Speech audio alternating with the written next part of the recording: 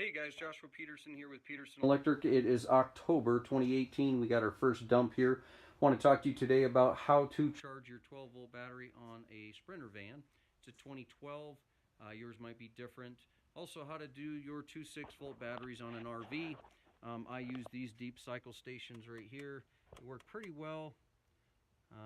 I like this other model that's a little bit more expensive because I feel like I have more of a selection of what to charge. You want to be on 2 ampere hour for a deep cycle and on deep, and then, well, my indicator light, and plus it shows me, if I can block that, where I start and stand with when I first start charging it. This was at about 60% and it's already going up.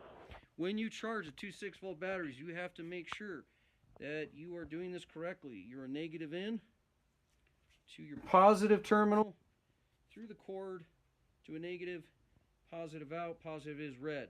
If you just do one battery, you will boil it overnight. You will probably start a fire in your house. Don't do that.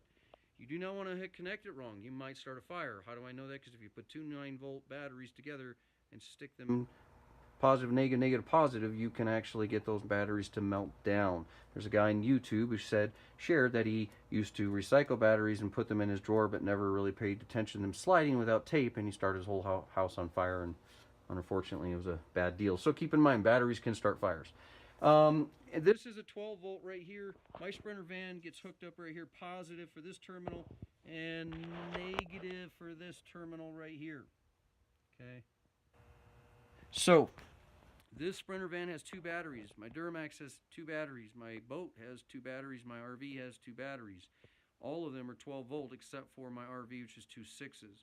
Because if you cut your voltage in half, you will double your ampere hours, and I need that on an RV. Plus, we retrofit everything to LED lights.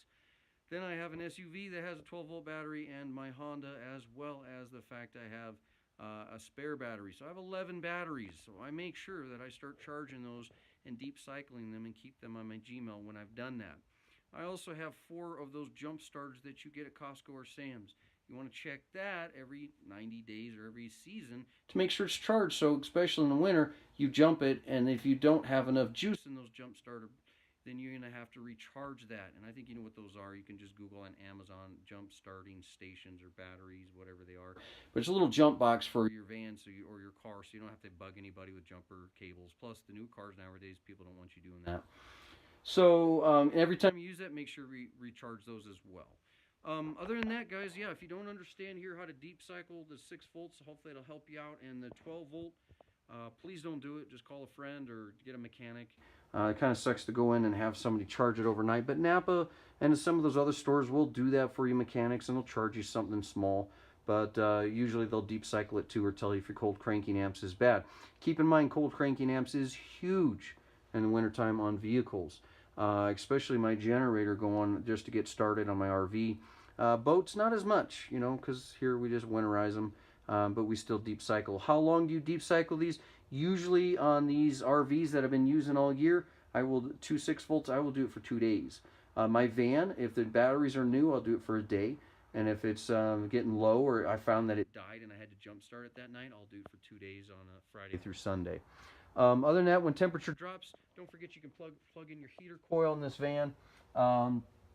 You know, mine is over here somewhere, but I've never used it. This van is amazing at starting at negative 10, 12, 20 degrees. My GMC 2015 Duramax, not as much. I don't know how they say that. It's great for North Dakota boys that are doing a lot of oil out there in those fields. I feel like my Duramax does not start as well, nearly as my Sprinter.